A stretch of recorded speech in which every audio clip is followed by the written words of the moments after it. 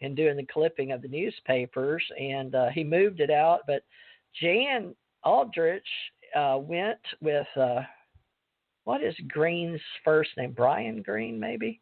Anyway, we covered it here on this show. So we're doing our best to try to track what's going on. We have several people in the world. I'm going to get their names between NICAP, CUFOS, and APRO, and all that Jan's supplying us on Project 1947. And Bill was involved at one time, speaks a lot of information. But there's a thread among all organizations, associations, and groups in Facebook, whether we want to admit it or not. And most of all of us, actually, it's a rather small world as far as the old guys go. Okay, the baby boomers are those 55 and older. I'm speaking to you. I'm 68, and I was one of the young ones when I got involved. Okay, that's why I get involved at 33 years old. He was tapping out at 50-something. He died at a young age. Matter of fact, let me look him up. Are you back, Tommy? Let me look up J. Allen Hynek, because I need his name. I had no idea he was dying, Tommy. Let me look. J. Allen. Now you got Theresa and Tommy. American astronomer. Paul Hynek, Open Minds, Project Blue Book. So I guess Paul is his son, J. Allen Hynek. So probably for entertainment purposes, his son can take over his estate. But Joseph Allen Hynek was an American astronomer, professor, and ufologist. He perhaps is best remembered for his UFO research. Tommy, put yourself on mute, darling. UFO research. Hynek acted as a scientific advisor to UFO studios undertaken by the U.S. Air Force under 3 consecutive projects: Project Sign, Project Grudge, and Project Blue Book. Tommy, mute. Can you hear me? Can you mute? Sound like you're washing dishes and plucking chickens. He was born May 1st, 1910, Chicago, Illinois, and he died April 27th, 1986 in Scottsdale, Arizona. His spouse was Mimi Curtis Hynek. She lived 1942 to 1986. Oh, my gosh. She married during that time, excuse me. I was going to say she died the same year. Martha Doone Alexander, 1932 to 1939. Children, Joel Hynek, and education, the University of Chicago, 1931. Richard T. Crane Medical Prep High School. How about that? Well, he was the gentleman I met, and I guess he's most responsible for Project Blue Book. The date of death, April 27, 1986. So I had met him between when I went in at 4/29/85 because I had just left Denver, Colorado, is the way my mind wants to remember it. And right there, I was flying between 85 and 86 to Great Lakes, Illinois for a swap over from IS, that's what the intelligence services, maybe IS, Air Force, and Navy, and they decided I didn't have to go to Antarctica, which was a good thing because I had friends loading up in the cafeteria with all these big, huge, oh my God, equipment with the fur. Oh my gosh, heavy equipment. I was so glad I didn't have to go. But by the time he met me on an airplane, I was reading Aliens Among Us, so he asked if I believed in that. But somehow he had gone over. He was flying somewhere, but it was I think it was a put-up job, so he could meet me because I had UFO experiences and it was in my record, and I'd already been. By the time I met him, let's see, yeah, I'd already been on the Jesse Marcel case. Sure had, yeah, and Stan Friedman. So people already knew who I was in the Navy because I'd been out to Balboa, I believe 76 Hospital, where they could put my Social Security in as a corpsman. So I didn't understand when they already said I was a corpsman, but I don't have any recollection or memory of that. So when I went back through boot camp, which I do remember the second time after I'd already been out of country in Europe and Japan and Africa and all these other places, I remember, I went to Spain and Portugal, but I went back 4/29/85 was enlisted, and it was a leap year, and so I had 4 years per, so that was 32 years. And then later on, they had me sign another contract, and then another contract at Fort Hood, and I had to do another ASVAB. So I don't know how many ASVABs they've got on, or U.S. Treasury or D-Lab test on me, but apparently I did pretty good because I was smart. But J. Allen Hynek got hold of me, and I didn't know what I was agreeing to, but then that's just the way it is when you're young and dumb, and, well, won't go the rest of it, but most of you guys know what I'm talking about.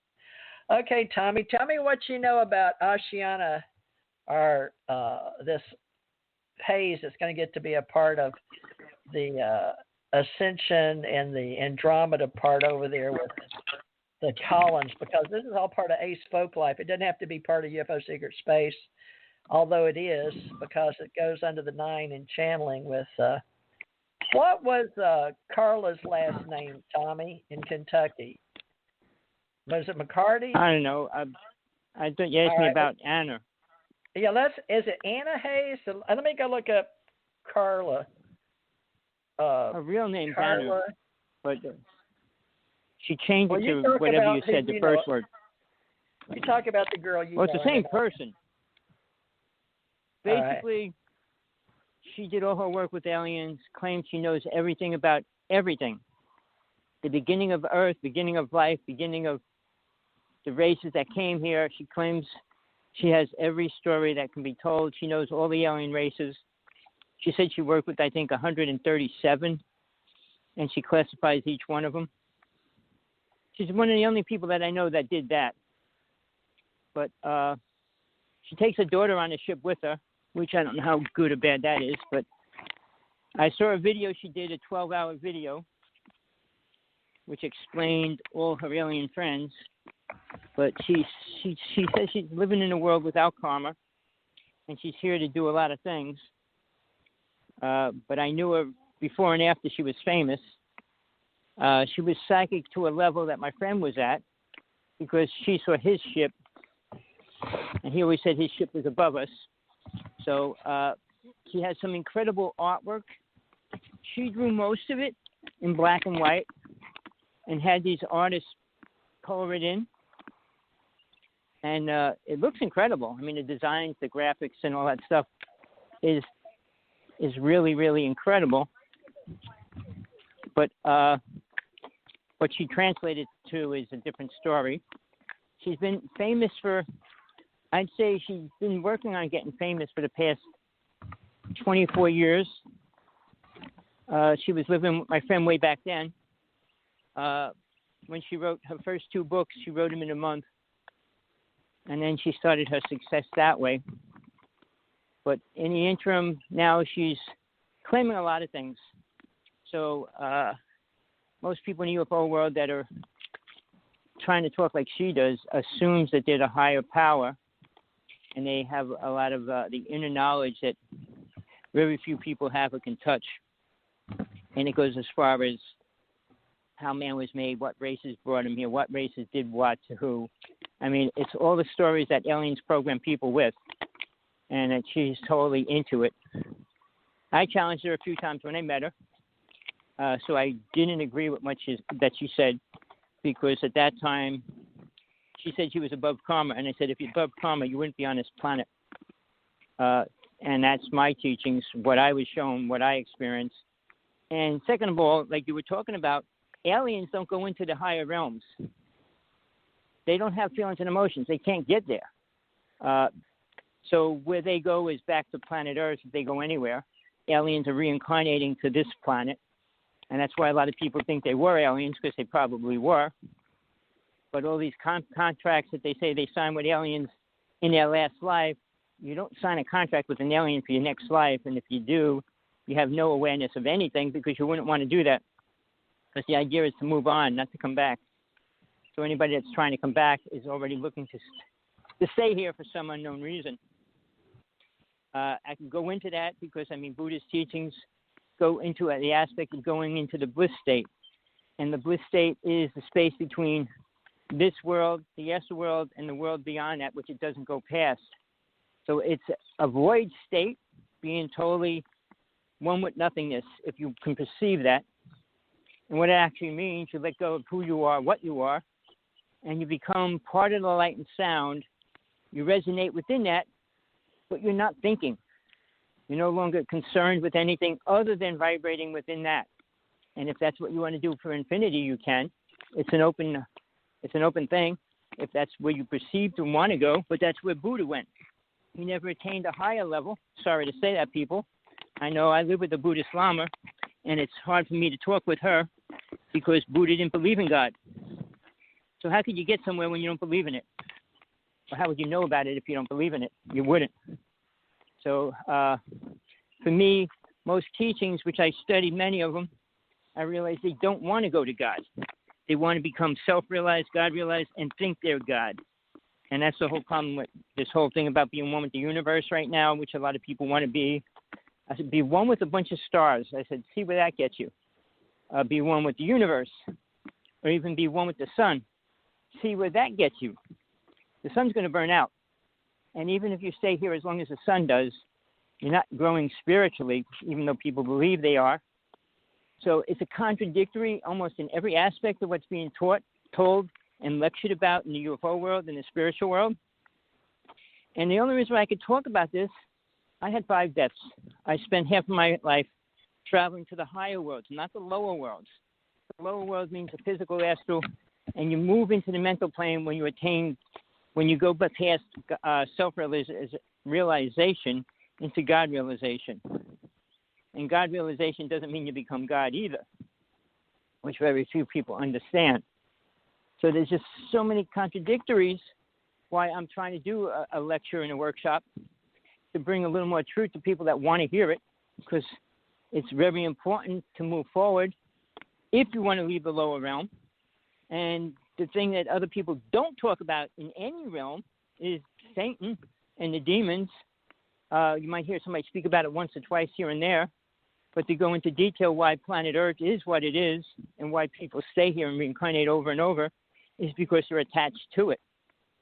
And if you can't give up attachment, you'll never leave planet Earth. You'll reincarnate, come back for all the stupidest reasons. And it has nothing to do with God. So the word is, what do you want to attain in this lifetime? What are you willing to do to attain that? Many people are not willing to go out of their way, meaning putting time in to do the exercises, to do the learning, studying your dreams, studying life in itself, studying the things that keep us here, help us grow. And there's very little truth that we learn here that helps us grow spiritually. If you think giving a homeless person food makes you grow spiritually, it doesn't. People want to say, well, I help people when they fall down. Well, that's a natural instinct. It should be a natural instinct. You shouldn't have to be, I'm going to get good points because I took the person off the ground or I gave money to charity. All these rich people that give money to charity think they're doing a good thing, paying their debt off, and you don't pay it off that way. I just heard a song, love can't be bought, sold, and all that, which is true. But it's the same with spiritual growth. You can't buy it, you can't sell it. When somebody tries to buy it or sell it, they're not buying what they're trying to buy. And you can't. You can't buy spiritual awareness. And you can't sell it either. And very few people maintain that awareness or care about the definition of what it means to sell spiritual awareness. You do a conference, you charge $5,000 or even $50 or $500. What are you charging for? Well, I'm teaching them how to become a fifth-dimensional being or a sixth-dimensional being. Those words sound great to somebody that's, well, you're only third or fourth dimension. No, we're already in fourth dimension. We have been for a long time. Fourth dimension means we can do remote viewing, astral projection. That's what fourth dimension is. So to say you go into fifth dimension, guess what? You're going to be leaving your body and not coming back to it because you won't need a body. All these things are so simple, more speakers like to make them much more complicated than they are.